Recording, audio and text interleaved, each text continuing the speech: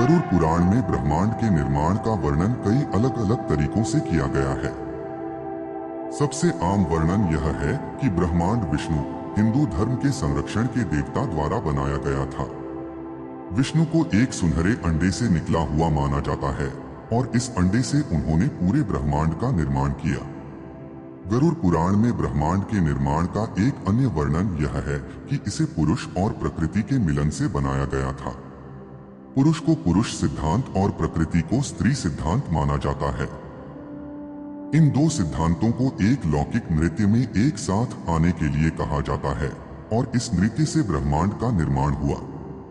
गरुड़ पुराण ब्रह्मांड के निर्माण को एक उत्सर्जन प्रक्रिया के रूप में भी वर्णन करता है।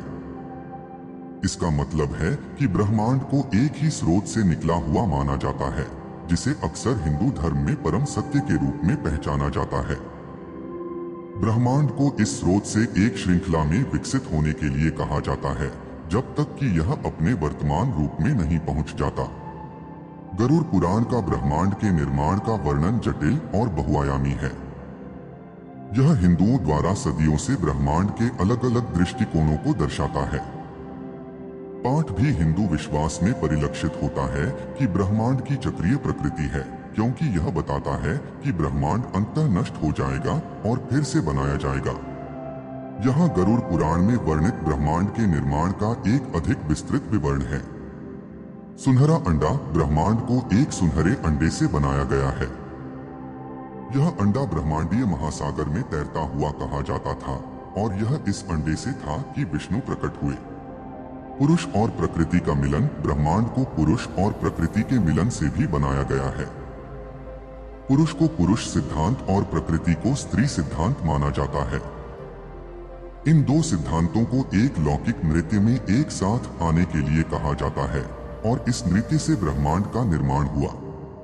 उत्सर्जन प्रक्रिया ब्रह्मांड को एक उत्सर्जन प्रक्रिया के माध्यम से भी बनाया गया है।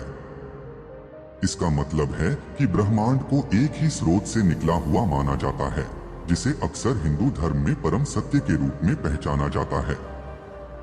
ब्रह्मांड को इस स्रोत से एक श्रृंखला में विकसित होने के लिए कहा जाता है, जब तक कि यह अपने वर्तमान रूप में नहीं पहुंच जाता। गरुड़ पुराण का ब्रह्मांड के निर्माण का वर्णन एक जटिल और आकर्षक है। यह हिंदुओं द्वारा सदियों से ब्रह्मांड के अलग अलग दृष्टिकोणों को दर्शाता है। पाठ भी हिंदू विश्वास में परिलक्षित होता है कि ब्रह्मांड की चक्रीय प्रकृति है, क्योंकि यह बताता है कि ब्रह्मांड अंततः नष्ट हो जाएगा और फिर से बनाया जाएगा।